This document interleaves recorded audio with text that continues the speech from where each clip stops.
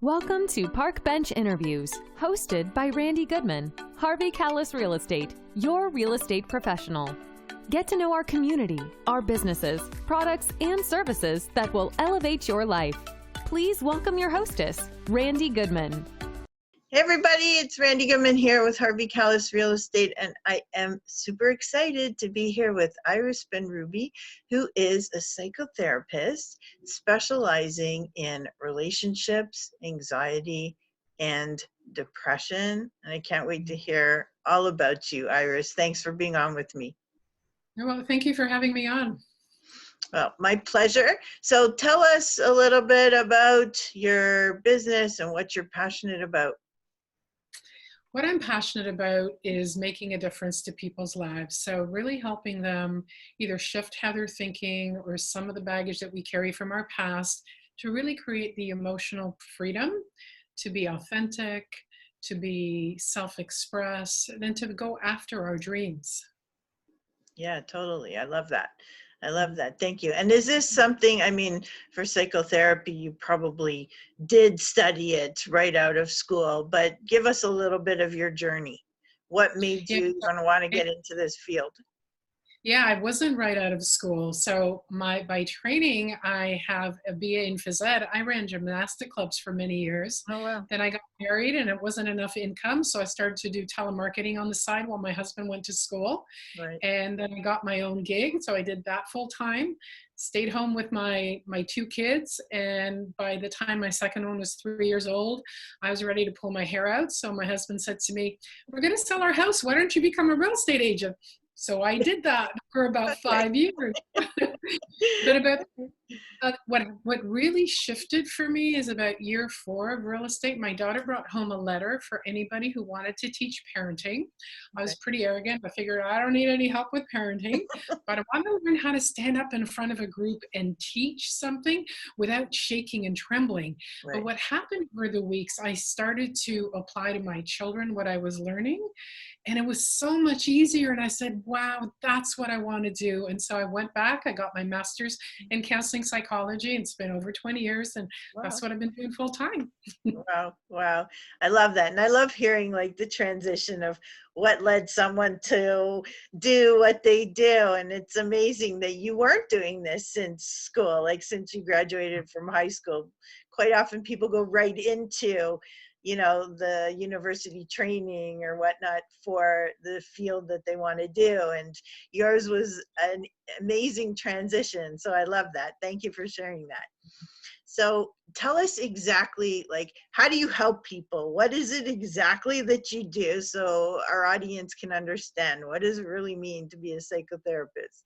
Yeah, so usually clients come in with an area that they're struggling with. It could be that they're feeling a lot of emotional upset.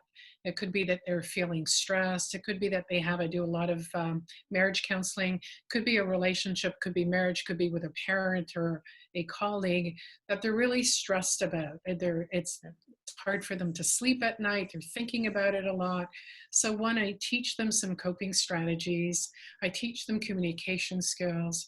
I teach them how to manage their own thoughts, because really our anxiety or sense of depression really most of the time comes from our internal thoughts, our beliefs. So I really help them unravel what they've created from childhood that may not be serving them anymore to create something new that gives them freedom. And that's my passion, to see, oh, wow, I never thought of that, and see the smile on their face.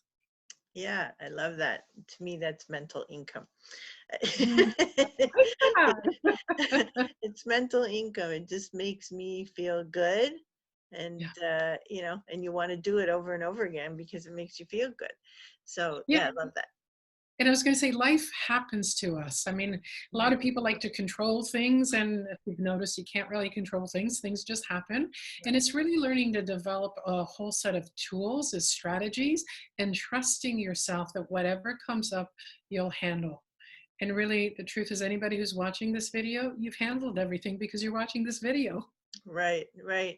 So there's a lot of people out there that maybe everybody around them thinks that they should get help and get some, learn some coping mechanisms. but they don't think they should. Is there anything we can do for that? All you can do is be supportive. Even if they came in when they're being pushed to do this, often it doesn't work because they're not open to it. You really need to have an open mind, be willing to be a beginner and say, okay, what can I do? What can I learn? How can I look at this differently?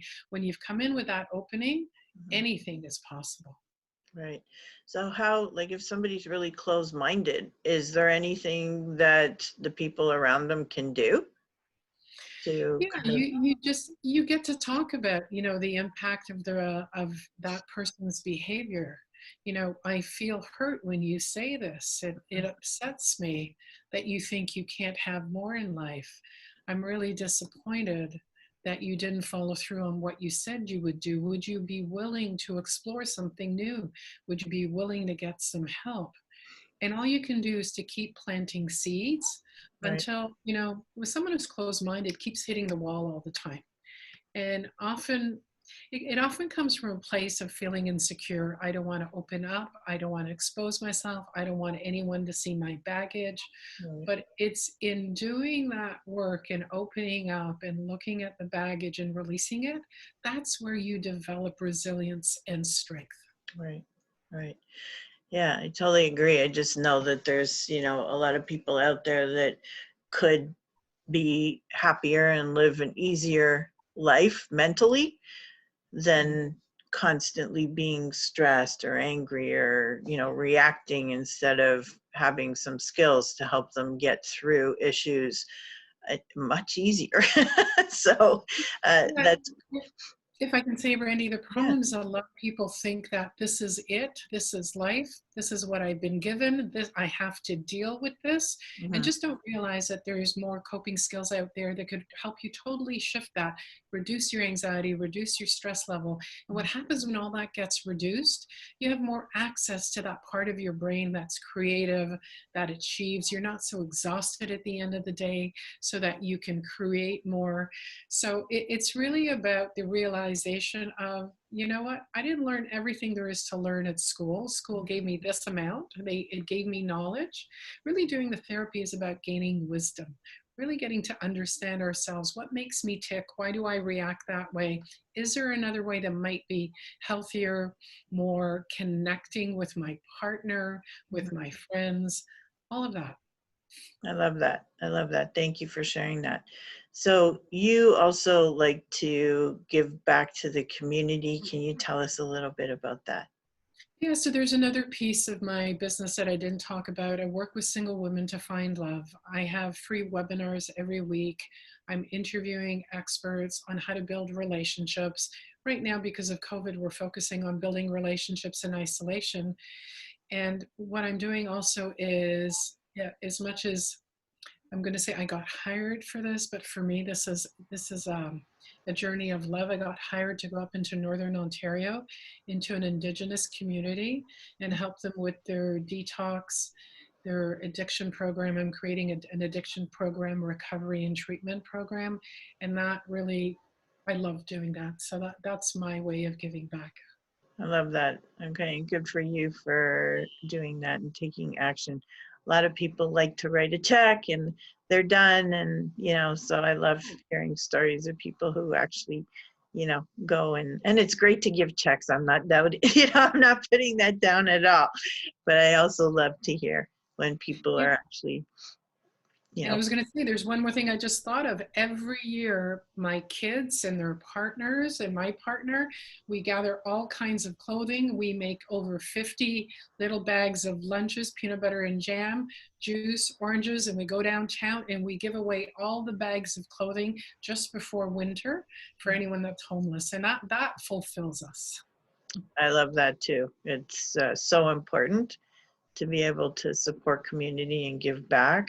And, we're luckier than the rest. Of course, it comes with a lot of work, right, to get there and stay there. But some people end up in unfortunate situations. And if we can help them, it's nothing to us. It's, really nothing to us. It's everything to them. So I love that. Thank you for doing that. And anyone out there, add to it. Love it. So Do you have any tips or suggestions for our audience? Anything you want to share? It could have to do with anything. It could be personal, professional, anything that's resonating with you right now. Yeah, I think what comes up for me are two strategies that you can use anytime and in a matter of seconds really shift your mindset. It could be that you're feeling lonely, especially in this time of COVID. You may be feeling anxious or stressed or concerned or worried. And there's two things that you can do. You can go out in nature, be with nature. And I don't mean just kind of go for a walk and be in your head thinking. Look at the trees, look at the new buds, look at the colors of the flowers, look at what's popping up, notice things. Because what happens is when we're in the future, that's where anxiety lives. But when you're in the present, you can only have that sense of inner peace. And the second suggestion I have is to be in connection. And what that means is, during the time of COVID, it means that it might just be FaceTime or Zoom. But in any other time, call someone, talk to someone, be real, be vulnerable, talk about where you're at. We live in a world that's so busy putting on this great outer face that we've got it all together, but there's no meat to the relationship. It's when you can go deeper and be real and be vulnerable. That's where we get to grow emotional intimacy. That's my invitation. I love that. I love that. Thank you. And it's being more purposeful, intention, and mindfulness, right? It's really pulling in all those pieces. So I love that. So who would be the right person that would want to work with you or reach out to you? Can you describe them?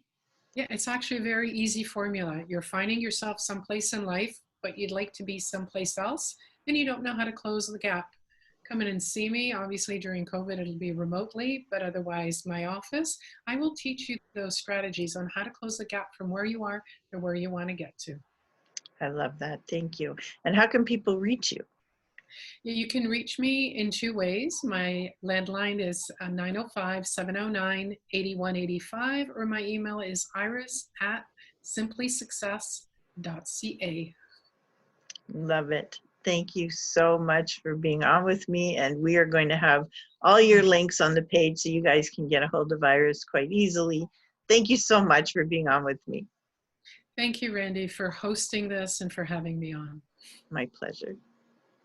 Thank you for listening to this interview hosted by Randy Goodman. We hope you will take action and connect with the incredible business people and leaders in our community. And remember, Randy is always here to answer any questions you have regarding your real estate needs. Be sure to register on the website and stay up to date on what's happening in your area at parkbench.com/millpond.